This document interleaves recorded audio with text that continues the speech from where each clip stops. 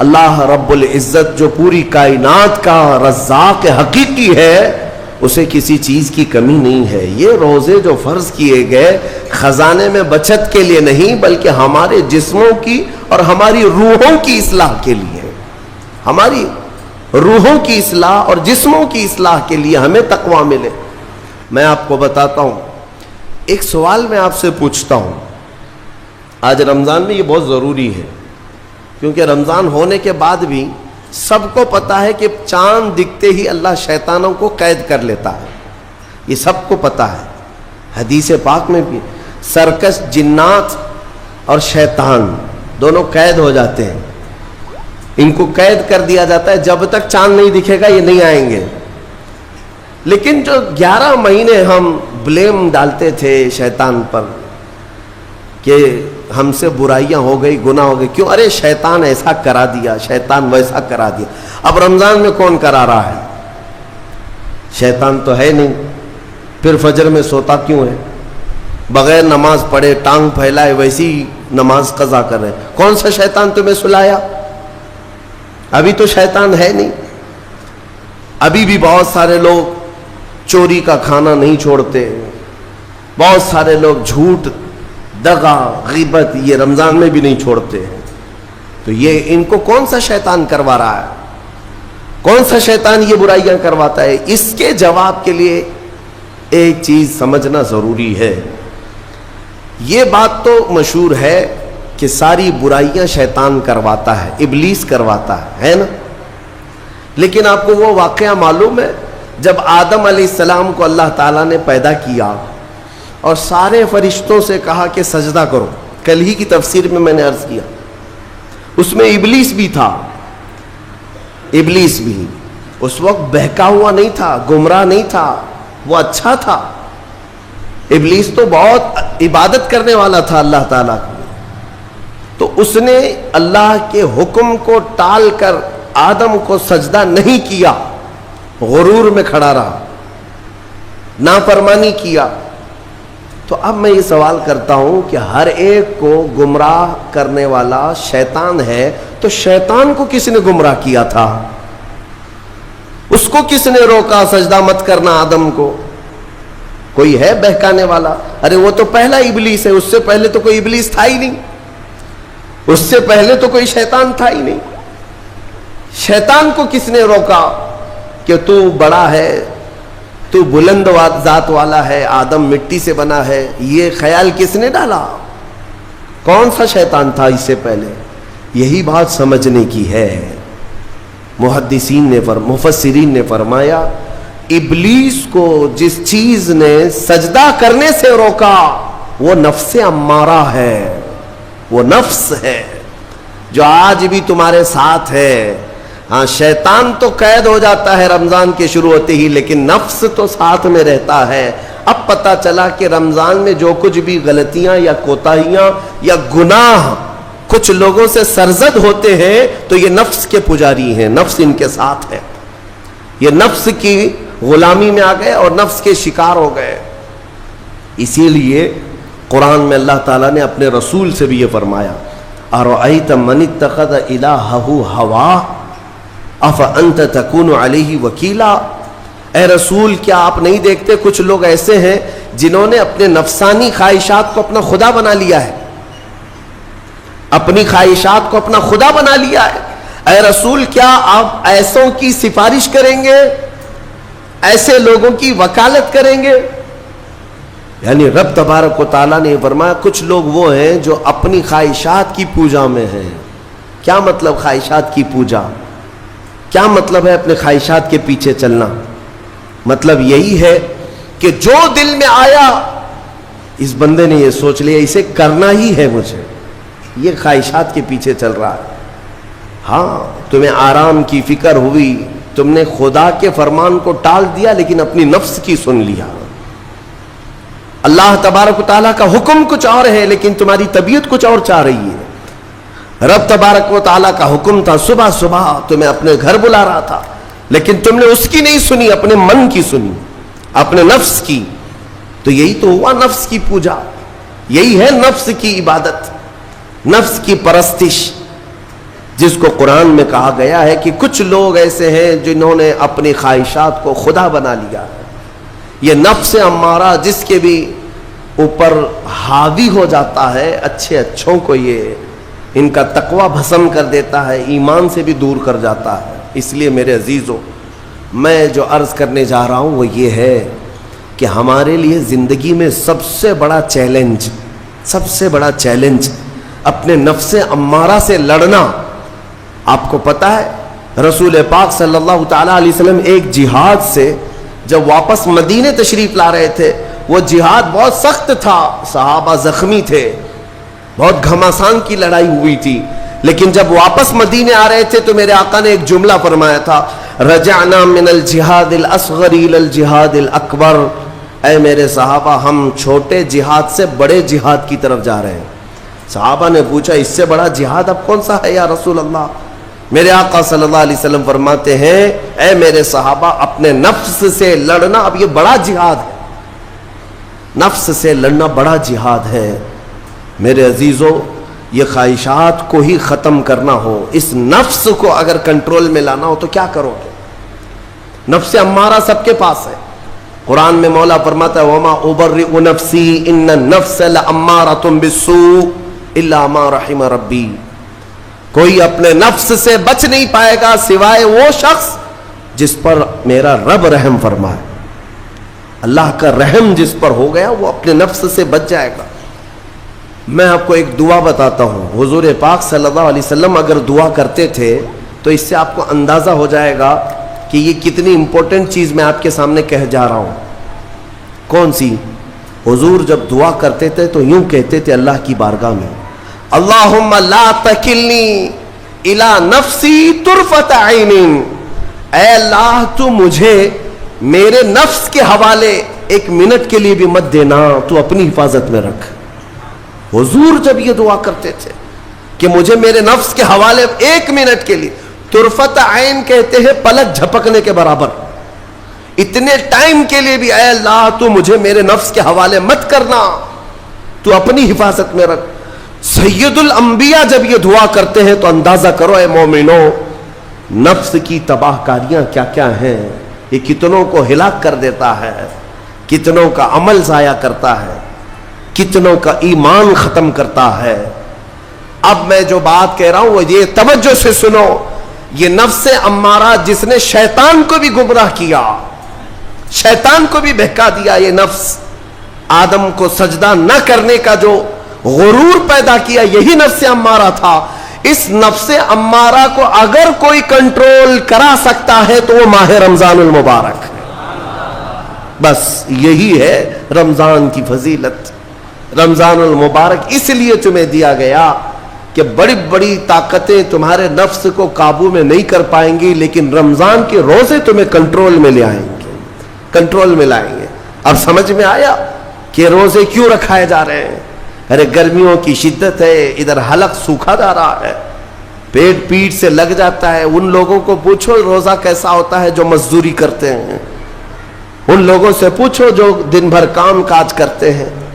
میرے عزیزوں، روزے رکھنے کے بعد کیا رب تبارک و تعالی کسی کو اس کی طاقت سے زیادہ تکلیف دینا چاہتا ہے؟ نہیں میرے عزیزوں، وہ رحمان ہے. اس نے جب تمہیں ماں کے پیٹ میں 9 مہینے رزق دیا تو کیا کائنات میں نہیں دے گا؟ تمہیں ماں کے پیٹ میں بھی رزق دیتا رہا. تم جب دنیا میں آئے، تمہارے ماں کے سینے میں خون سے دودھ کس نے بنایا؟ تمہارے رزق کا انتظام کرنے والا وہ خدا. اگر تمہیں حکم دیتا ہے کہ صبح سے لے کر شام تک بھوکے رہو تو یہ اس کا ظلم نہیں بلکہ یہ عین کرم ہے. اللہ تبارک و تعالیٰ کا رحم ہے تم پر کہ وہ مولا ہماری اصلاح چاہتا ہے کہ ہمارے اندر تقوی آ جائے، جسم میں بھی اور روح میں بھی. اب ایک اور بات میں آپ کو بتا دوں. میں نے ایک بات پڑھی تھی نفس کے متعلق، یہ نفس امارہ. اسی لیے امام غزالی رحمۃ اللہ تعالی علیہ نے فرمایا اللہ کی جو مخلوق ہے وہ 3 طرح کی ہے. ایک فرشتے، دوسرے انسان، تیسرے جانور. یہ 3 الگ الگ قسم کی مخلوق ہیں کیونکہ اللہ تعالیٰ نے تینوں کو جو چیزیں دی ہیں ان میں فرق ہے. فرشتوں کو اللہ نے عقل دیا ہے، نفس نہیں ہے. نفس، شہوت، برائی کرنے کی خواہش فرشتوں کے اندر ہے ہی نہیں. وہ سوچ بھی نہیں سکتے برائی کرنے کا. فرشتوں کو اللہ نے عقل دیا ہے، اور عقل عزت والی چیز ہے. اور جانوروں کو اللہ نے نفس دیا ہے، عقل نہیں. عقل والے نہیں ہیں جانور، عقل والے نہیں، لیکن نفس ہے، شہوت ہے. شہوت بھی ہے، نفس بھی. لیکن انسان ایک ایسی مخلوق ہے جسے اللہ نے عقل بھی دیا ہے، نفس بھی دیا. مطلب یہ ہے کہ تمہیں اللہ نے ایک چیز فرشتوں والی دی ہے، ایک چیز جانوروں والی بھی دی ہے. دونوں تمہارے اندر ہے، عقل بھی ہے، نفس بھی ہے. لیکن امام غزالی فرماتے ہیں توجہ، جو بندہ نفس ہونے کے باوجود گناہوں سے اپنے آپ کو بچا لیا، وہ بندہ فرشتوں سے بھی افضل ہے. کیوں؟ فرشتے اس لیے بچے ہوئے ہیں کہ ان کے پاس نفس ہے ہی نہیں، اور تم بچ رہے ہو تو کمال کی بات ہے. نفس ہوتے ہوئے بھی گناہ سے بچ گیا تو اس انسان کا مقام فرشتوں سے بھی اعلیٰ ہے. لیکن ساتھ ہی امام غزالی یہ بھی فرماتے ہیں عقل ہونے کے باوجود اگر گناہوں سے نہیں بچتا تو پھر وہ جانوروں سے زیادہ ذلیل ہے. کتے اور خنزیر سے بھی گیا گزرا ہے، کیونکہ جانور تو بیچارہ معذور ہے، اسے عقل نہیں ہے، نفس ہے. تمہارے پاس عقل ہے، اس کے باوجود حرام کاریاں کر رہے ہو تو جانوروں سے زیادہ گر گئے. فیصلہ تمہارے ہاتھ میں ہے کہ تم کون سی زندگی گزارنا چاہتے ہو. کون سی؟ کہ تم نفس کے پجاری بن جاؤ یا عقل کا صحیح استعمال کر کے فرشتوں والی صفات پر عمل کرو. عزیزان گرامی وقار، نفس اور عقل یہ جو دو چیزیں ہیں ان کو میں آپ کے سامنے تھوڑا سا کھول کر کے عرض کرتا ہوں. عقل جو ہے عزت والی چیز ہے، جسے بھی دی گئی ہے وہ عزت والا ہے. کیوں عزت والی ہے یہ عقل؟ پوری دنیا میں عقل کا ہی تو کمال ہے. جس کے پاس عقل ہے وہ بادشاہ ہے، جس کے پاس عقل ہے وہ لوگوں کو ہانکتا ہے، پوری دنیا کو ادھر سے ادھر کر سکتا ہے. عقل. اور نفس جو ہے، نفس برائیوں کی طرف بلانے والا، عیاشی کی دعوت دینے والا، موج مستی کرانے والا اور اپنے آپ کو تباہ کروانے والا. اچھے بھلے نوجوان، 25 سال کی کڑیل جوانی ہے، کون ہے جو انہیں نشے کے اڈے پر لے جاتا ہے؟ کون ہے جو ان کو تباہ و برباد کرتا ہے؟ نوجوان کو اچھی طرح سے معلوم ہے کہ میں کوکین، افیون، ہیروئن لوں گا تو میرے جسم کے ساتھ کیا ہوگا، اسے معلوم ہے. لیکن اس کے باوجود عیاشی کروانا یہ نفس کی عادت ہے. کسی کے اوپر نفس غالب آتا ہے، کسی کے اوپر عقل غالب آتی ہے. عقل جس کے اوپر غالب آ گئی وہ اچھا آدمی ہے، نفس جس کے اوپر غالب آ گیا وہ شیطان کا پجاری ہو گیا، نفس کی سننے والا. اب یہ دونوں جو چیزیں ہیں میں بتاتا ہوں آپ کو. روایت میں ملتا ہے کہ جب اللہ نے عقل کو بھی پیدا کیا اور نفس کو بھی پیدا کیا تو اپنے سامنے حاضر کیا. عقل سے پوچھا کہ اے عقل بتا میں کون ہوں اور تو کون ہے؟ عقل نے کہا یا ربی انا عبدک وانت ربی، اے اللہ میں تیرا بندہ ہوں اور تو میرا رب ہے. عقل نے کیا کہا؟ میں تیرا بندہ ہوں اور تو میرا رب ہے. اللہ نے عزت سے نوازا، اقرار کیا نا بندہ ہونے کا. عقل نے اقرار کیا. پھر نفس کو بلایا، نفس سے پوچھا بتا میں کون ہوں اور تو کون ہے؟ نفس نے کہا انت انت انا انا، تو ہے میں ہوں. یہ غرور تھا نفس کے اندر، یہ گھمنڈ تھا نفس کے اندر کہ میں ہوں. نفس جس کے اندر غالب آتا ہے وہ آج بھی یہی کرتا ہے، میں ہوں، کسی کے سامنے کیا جھکنا ہے. تو حکم ہوا کہ اس نفس کو 100 سال جلایا جائے. 100 سال جلایا گیا، اس کو عذاب دیا گیا نفس کو. 100 سال بھگتنے کے بعد، آگ کی تپش بھگتنے کے بعد اسے پھر لایا گیا نفس کو. اللہ تعالیٰ نے پوچھا اے نفس بتا میں کون ہوں اور تو کون ہے؟ نفس نے کہا انت انت انا انا، تو ہے میں ہوں.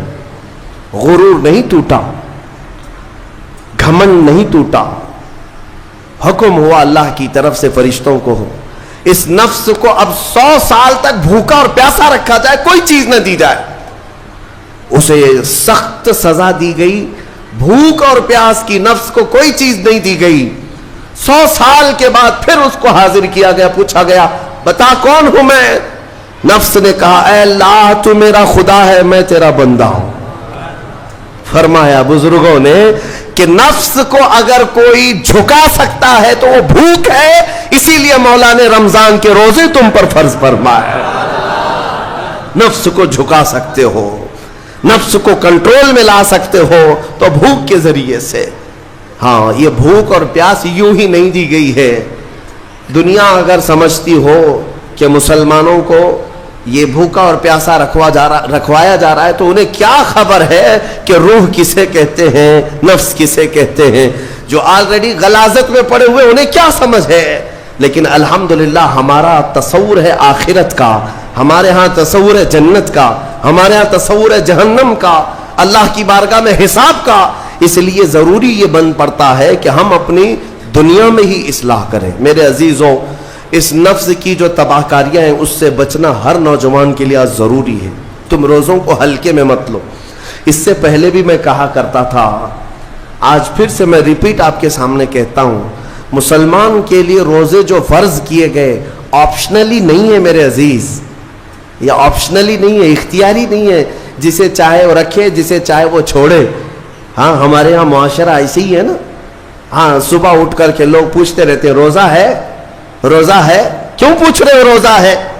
مسلمان ہے تو روزہ فرض ہے، روزہ فرض ہے۔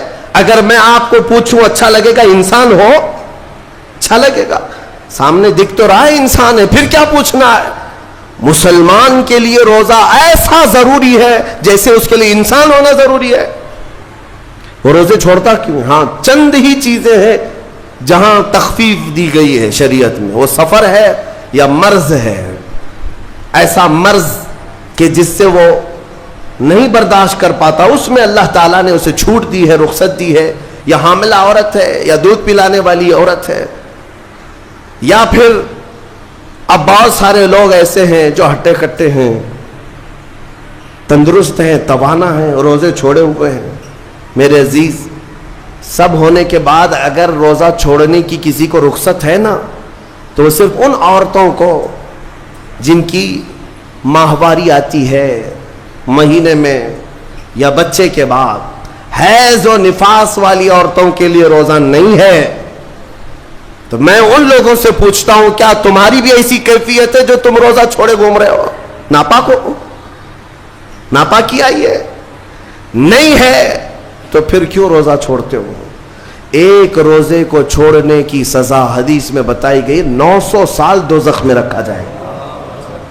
900 سال۔ اب کیلکولیٹ کرو، اگر تمہاری زندگی کے روزے قضا ہیں تو کتنے 100 سال جائیں گے۔ اسی لیے میرے عزیزو، جب تک طاقت ہے روزے فی الحال کے رکھو ہی رکھو، اگر پیچھے کے چھوٹے ہیں تو اسے بھی پہلے کمپلیٹ کر لو، ورنہ قیامت کے دن کی سزائیں نہیں برداشت کر پاؤ گے، بھگت نہیں پاؤ گے۔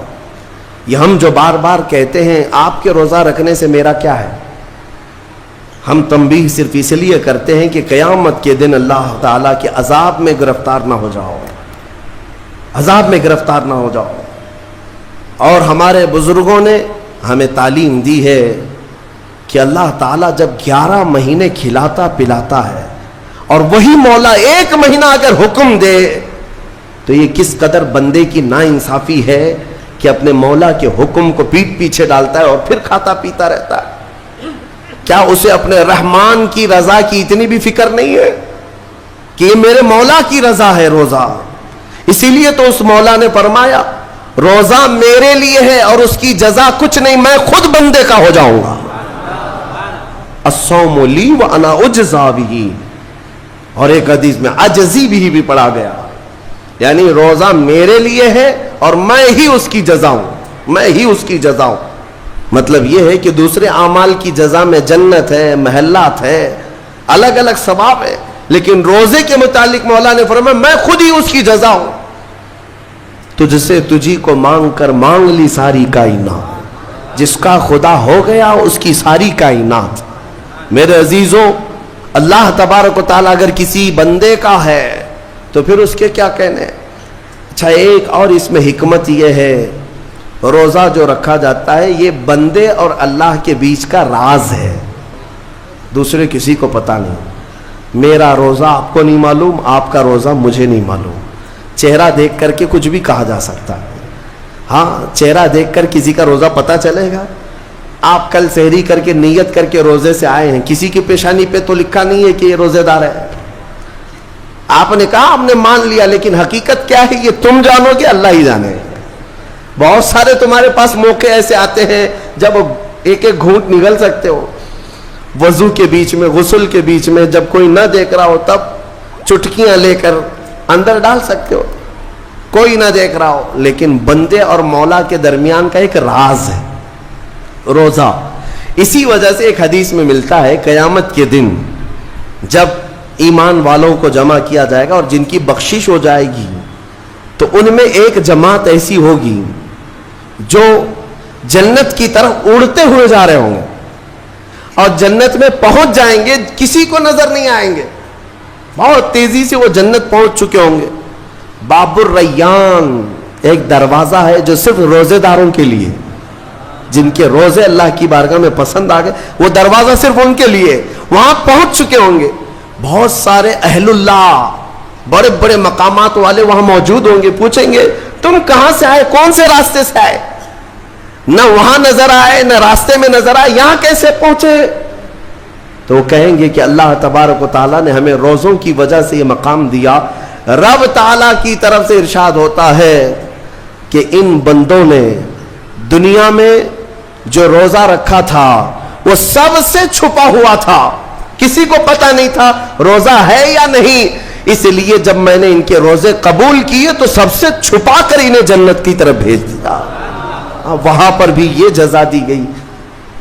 میرے عزیزوں، فضیلتیں بہت ساری ہیں، سب کو پتہ ہے، لیکن میں جو کہہ رہا ہوں وہ یہ ہے کہ اگر اپنے نفس کو کنٹرول میں لانا ہو تو یہ روزے شرط ہیں۔ ایک صحابی حضور کی بارگاہ میں آئے، جوان تھے، کہا کہ یا رسول اللہ صلی اللہ علیہ وسلم، جوان ہو چکا ہوں، شادی کی عمر ہے، لیکن شادی کرنے کی طاقت نہیں، مال نہیں، اسباب نہیں، کیا کروں؟